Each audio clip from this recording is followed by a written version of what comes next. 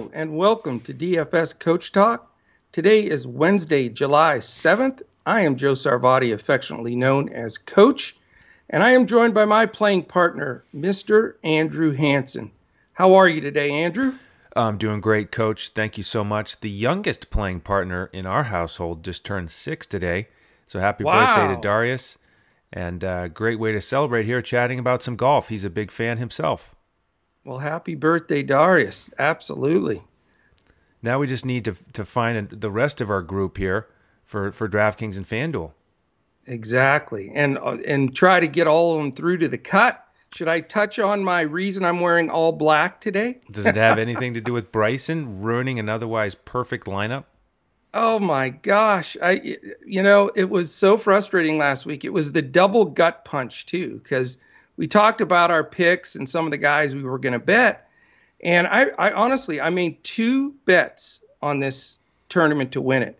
One was Troy Merritt and one was Joaquin Niemann. And if you guys watched it last week, Those it was names a are going to be 3-way familiar. playoff. How can that happen? 2 of the 3 in the playoff, and you had him outright to win. Correct. And Cam Davis comes and ruins the party. And that's after having my 5 underdogs all make the cut, and 2 of them make a run, and stinking Bryson can't make the cut. So it was like, missed the big cash, missed the straight bet. So I wanted to whine a little bit. I mean, when you have 2 guys out of 3 in a playoff and you can't win it, that stinks, man. And it's also terrible when you have 5 of 6 make the cut, and the one guy who doesn't is your pay up. In Bryson, he was the number 1 guy, most expensive favorite, 7.5 to win it, and he won the tournament there. I mean, yep, just destroyed a great lineup. I mean, it's still cashed for us, so that's great. Yeah, but let's see if we can go 6 for 6 this week. Absolutely, and the one thing I can't say, even though I'm whining and crying, to get 2 guys that weren't picked very much to get to that point where they got in a playoff, and to have the rest of those guys that were very low owned make the cut, at least we're on target there, and maybe we're just getting close to a big takedown, Let's do it. We got this week, then we got the Open Championship next week, so golf's really picking up here in the summer. I'm really excited for next week. I'll be doing the golf podcast with you. I'll be up in Pennsylvania, so Coach will be on the road for that one, but we'll definitely get it in there because it's the Open, and that should be a really fun tournament. I like it's weird time, so you can watch it in an odd hour. It's sort of fun. Yep. But let's talk about this week. Okay. We've got the wonderful John Deere Classic. Not a great field, but doesn't mean you can't take something down. And it's at the TPC Deere Run in the wonderful town of Silvis, Illinois. How about that? July 8th through the 11th. And on top of a tough field as far as really narrowing it down who the strongest plays are, we may have some weather issues as well. There's 2 of the 4 days that it's about 65% chance of rain. So it's going to be, for those of you that are betting single rounds and that kind of thing, definitely stay in Discord and connected with us because, there's going to be an advantageous spot, whether you're in the morning or the afternoon draw based on the weather and everything else going on. And it's still a little unsettled enough that we can't quite make those calls yet. But this podcast that we always do is for the whole tournament. So it's all going to find its way of evening out to some extent. So we'll just go through it as we normally do, and then we can always update on here and on Twitter with some of that news. But it is a par 71, very average, 7,268. Low scores again in the low 20s maybe, or even better. So we've got to be, find some guys that can go those low 60s again.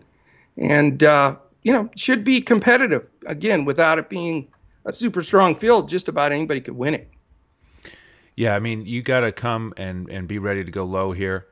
There's the record score here is 27 under for the week. There's been a 59 shot here. My man Steve Stricker shot a 60. So you got to get hot on the greens.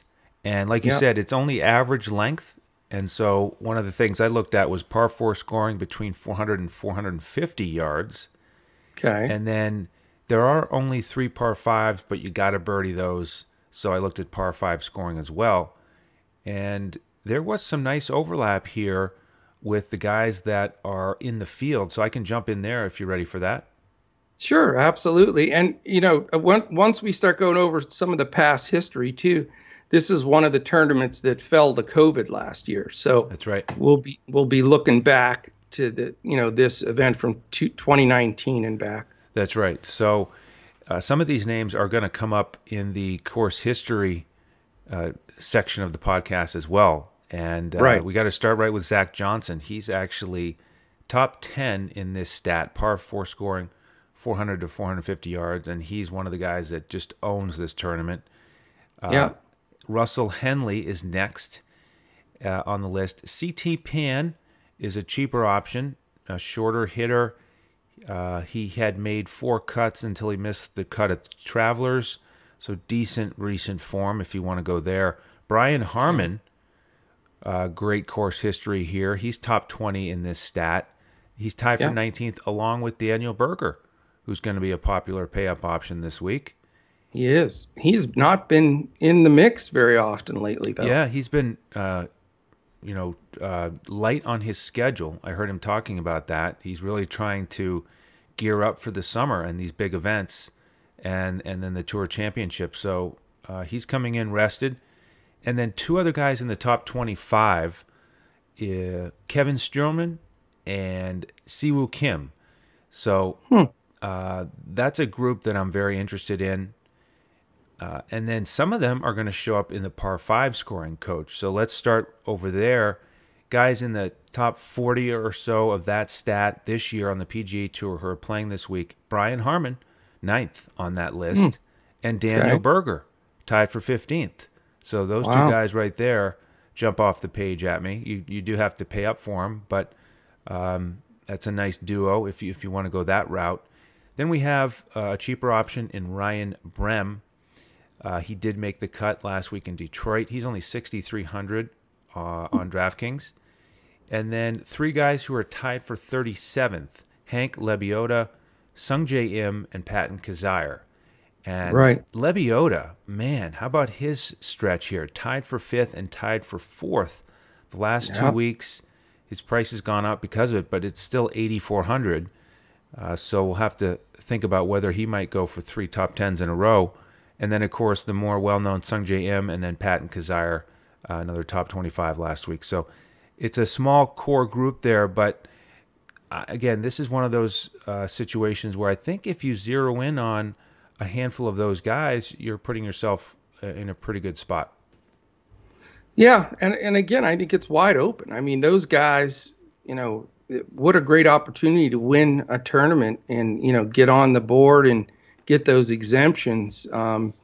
It's there are several guys when, we'll talk about the odds a little bit too, but they're the defending champion again. Although it's from 2019 is Dylan Fratelli. He's the one that won it. And then the other guy that stands out that we've now mentioned 3 times on this is the 2014 champion, Brian Harmon. Yes, sir. Like you said, the statistical analysis of his game that's strong on this type of a course definitely came to fruition in 2014. So I will mention he's not playing this week, so I don't have to not play him, but DeChambeau did win it in 2017. Right. that jerk. Yeah. So yeah, I mean, that's very interesting. And I'll tell you, if you don't mind, I'll jump right before you go into any more stats here. Let's look at the odds real quick because it will go along with basically what you said, and it really does follow the pricing quite a bit here with where they are in the odds. But this gives you the the bird's eye view at how open this tournament is. The favorite right now is 11-1 Daniel Berger, and it's been a long time since we picked or talked about Daniel Berger, isn't it? Yeah, he's just been resting up. But when he shows up, he usually is right there in the top 20. He's on the first couple pages of the leaderboard. Yeah, and I mean, he's certainly got to be an option. I think Harmon will be somewhat chalky. He's the second choice at 14-1. He's just, when you're grasping for something to, hold on to in a tournament like this, statistically and history on the course, I mean, how do you not include Harmon? He's sort of the obvious chalk play, I guess. He's also had 3 straight top 20s, so he's playing well this year. He's playing really well. And then these three guys, I mean, we played all three of these guys. We like these three guys, and they're all interesting to me too. And that's Russell Henley at 18-1, Sunjay M at 20-1, and your man Kevin Strillman at 25-1. So, those are some common names that we've been utilizing, and actually they're going to get a pretty good chunk of ownership this week. Yeah, and it's funny. It's something we've talked about a couple times recently, how these golfers, they know their strengths and weaknesses, and they look for courses where they can do well, and it's no surprise where they fit the bill statistically, and they do well, and so then they keep coming back to these courses. And this is another example of these guys who you just read off as the favorites, not typically favorites, but right, they are the best names in this field, and they keep coming back because they fit this course really well. Yeah, and on top of fitting the course, I mean, when you don't have to beat out DeChambeau and Spieth and Thomas and everybody else, I'm sure their eyes light up. They love, the fact that they feel like they're one of the better players in the tournament, which, exactly. That's a huge plus. Here's a couple sort of surprises, though. These next guys are guys that have been super low priced, actually, quite a bit, and are still in the top 10 as far as odds to win this tournament, based on our partners at BetUS.com.pa. But Alex Noren at 28-1, and Siwoo Kim 33-1, Aaron Wise 33-1. And then I have to say his name, Cameron Davis. He is 35-1. Maverick McNeely, who I likes, 35-1, and Zach Johnson. Who would believe Zach Johnson would be one of the 10 favorites to win a tournament? He's 35-1 as well. And then the last guy I'll mention, because he's 40-1, but I know he's in your lineup this week, and that's Seamus Power, Austin Powers' brother. Oh yeah, I mean, another top 10 last week in Detroit, and he was in our lineups, the ones I put together, and he does have strong course history here. Top 20 in 18, top 25 in 17, playing with a lot of confidence. His price has gone up a lot here. He used to be a $6,000 guy, $6,000 guy on DraftKings. Now he's $9,000. But it's crazy. I mean, you do like the profile here with that strong recent performance. No question. And consistency, too. He's really playing good golf. Here's some names I want to throw out there to you and get your instant reaction. I know it puts you on the spot here, but sometimes that's the best way for us to figure out who we're going to play. It certainly worked last week. So I was surprised Patton Kizzire is 42-1. I thought he'd be ahead of guys like Zach Johnson, didn't you? Yeah, I mean, Zach Johnson just getting that course history, local guy action for sure. Yeah. Because he's won here. He's finished runner-up multiple times. Kizzire, obviously the younger, stronger guy. And, that's the kind of number that starts to interest me a little bit at a tournament like this. Guys who are 40-1 or longer, because like you said, it is wide open, and he's a guy who can win, and he can get hot with the putter.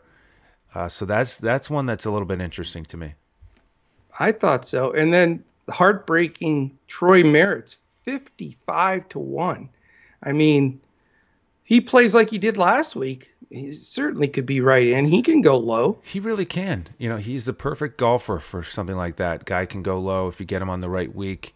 And man, how about that hole-in-one? What a beautiful shot. It always amazes me when you get a guy like that who you've seen play for a while. I mean, he's not a rookie on the PGA Tour, and to hear that's his first hole-in-one in competition. I mean, these guys hit lasers at the pins every single week. So surprising that it was his first, but good for him to get it when he did. And unfortunately, he didn't win for you and for us, but really strong finish. So he's got to have a ton of confidence this week. I would think so. It was fun. We were in Discord when he had that hole-in-one, so everybody was sort of going nuts because at that time he was in the lead and everything. It was great. But there's a pack of guys here, Andrew. I'm going to mention they're all together in that 50 to 60 to 1 range, and they're all bettable to me. And some of these guys are going to make my lineup. And it's weird that they're all bunched together, but there are 3 particular guys that are all, like I said, that higher odd that I think are really, really good plays. So let's get your reaction on these 3 guys, all 50 to 1 plus. Doc Redman. Yeah, GPP. He's got that on his hat, right? That's right. We mess with him all the time on that, and he's bound to hit it. Kyle Stanley, who's quietly played good golf recently. Yeah, and he finished second here back in 2011. Right. He's made 6 straight cuts. So I know you kind of like that, Coach. I mean, that's what I want for cash games. Exactly. Just make the cut, get to the weekend, and you don't have to win the stinking thing. Just get through the 4 rounds. That's the key. My favorite guy, you mentioned him earlier, but I didn't hoot and holler yet. But I think Hank Lebioda is absolutely a monster. I mean, I watched him a lot of holes. For whatever reason, he was on quite a bit because he was up towards the top of that leaderboard. He's a good player, and he's got a lot of different aspects of his game. And you talk about a guy that's brimming with confidence. He's one of my favorite plays this week. Hey, he's lefty, love it, playing well. And how about his demeanor? I mean, he seems so locked in. That's what I mean. Serious, just on a mission. Yeah. And I mean, what a great stretch he's in here, and still a reasonable price. Yeah, reasonable. He did not get moved way up like some of these guys did. So I'll give you the 2 super long bombs because we always want to try to find a value guy that makes sense. Kramer Hickok is playing better golf. He's made some leaderboard appearances recently. There's another guy that can be considered, I think. Yeah, after that big finish at the Travelers, no doubt. Yep. And then the last guy that I'll mention, because he's 80 to 1, and I know it was 2019, and he's not playing great golf, but Dylan Fratelli is the defending champion. And if we're looking for cash game guys to make the cut, he's got to give you a little bit of encouragement in the fact that the last time he played this course, he won it. Yeah, I love that for sure. And maybe that'll be just enough to get him back on track. He hasn't been on top form recently. No. So of the guys you've mentioned, he's my least favorite probably. Probably GPP-ish, but again, that focus of I really try to block it out as far as winning the tournament. I keep just saying who's going to make this cut, and you can't. I was dogging DeChambeau. He shot under par, right, but that's not good enough. Nope. He's 1 under. The cut was 3. You gotta go low if you're going to even make it to the weekend. So that's going to be the key. And I know Fratelli, when he was on, actually it's 2 seasons ago now, but I remember him shooting. I think he had a 61, a 63. I mean, when he gets hot, he gets hot. But we'll see. I mean, just worth a mention because certainly with the COVID tournaments where they skipped a year, some of these defending champions aren't getting quite the hepped up look as they would if it was just last year. Yep. Couple other guys I want to mention with course history here. Okay. To wrap it up from my perspective, Patrick Rogers finished second here back in 17 to your man Bryson. He's only 7,400, and he's made 4 cuts. He made big news there, getting to the top of the leaderboard at the U.S. Open.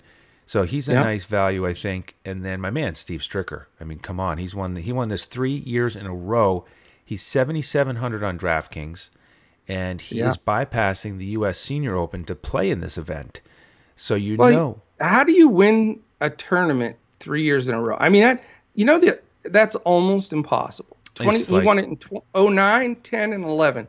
3 in a row. And I'll tell you what, Andrew, the fields then in this event were better than they are now.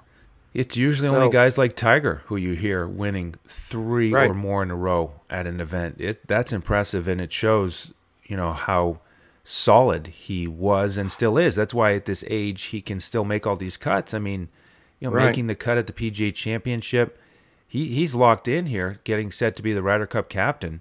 So, and Yeah. again, if he's going to skip a major to be in this event, he's not just coming here to get some hacks in, and No. keep an eye on the young guys, who might be on his team. He's here to contend. Hey, if you won somewhere 3 times in a row, I don't care what age you are, you walk onto that course, you feel like you own the darn thing. That's right. So I like that call, and he certainly has a chance to make the lineup. Is his price decent still? It's 7,700. I mean, obviously Not he's bad. usually more like 6,700, Yeah, but I'll take it. That helps make some things work on DraftKings. it does, no question. Any other statistical stuff you want to discuss? That's it for this week. All right. I mean, I think that's really the wrap up. There's not again a lot of the top guys playing, and a lot of them are just preparing, for the Open. But we should have some really competitive guys. It's not going to be as tough as it usually is salary wise, because a lot of those mid-7 guys and low 8s, you can get a lot of those guys that are almost dead even with some of the guys in the 9,000 range, really. So I think you'll have a little bit easier time building the lineup.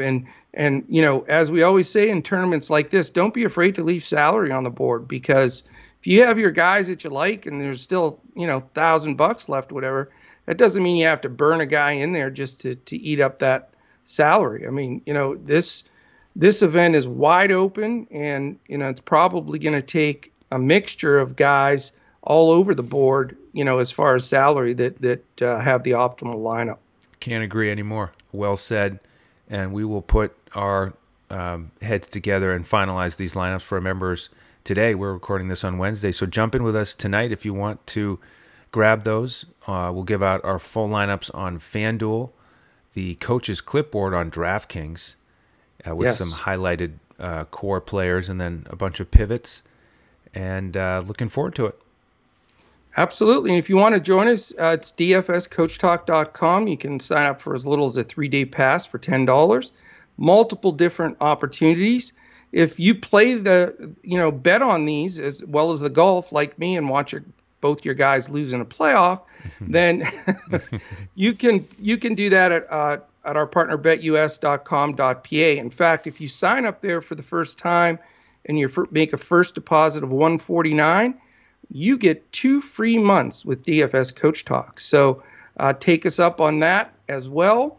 And if you're watching this on YouTube right now, please hit the thumbs up. Really appreciate the increased viewership. We've been setting record day after day here with people tuning into our NBA, PGA information, and we'll be adding MLB, and then before you know it, NFL. So we'll be podcasting like crazy. So definitely hit that subscribe button, because then anytime any of our podcasts post, you'll get an alert saying the podcast is up.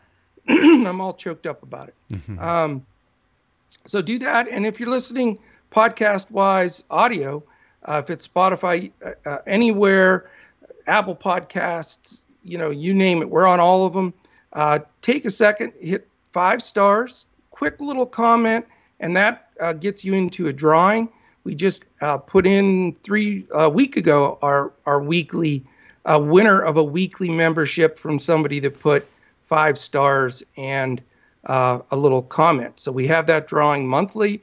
So you have 3 weeks still to get in for July. We'd love to have you jump in there and try us out. So I also want to make a quick mention and give a shout out, Andrew, because we both talked to him about this and we were both so surprised. We just brought a director of marketing on board here, and we're so excited about it. Steven is an amazing golfer too. That's right. So we brought him on board, and he is he's trying out for the U.S. Open, to try to get in that and some of the other events, and maybe even the Corn Ferry Tour. So wouldn't it be awesome if we have a Coach Talk member actually be on the board someday that we have to rank? We just might, and he's going to make the coach's clipboard that first week if he gets there. He is, and I'll be saying fade Steven Fields. No, I won't.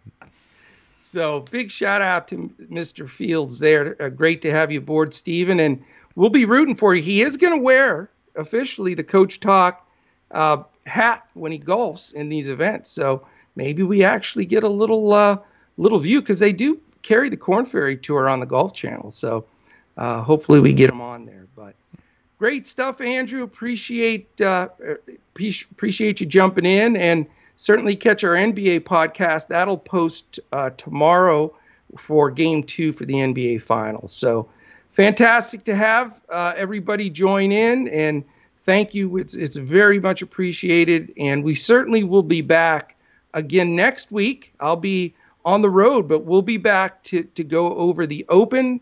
Very excited about that. There's some gigantic contests on both DraftKings and FanDuel, so sign up for those early. Maybe we hit the big boxcar Yahtzee, as we call it here.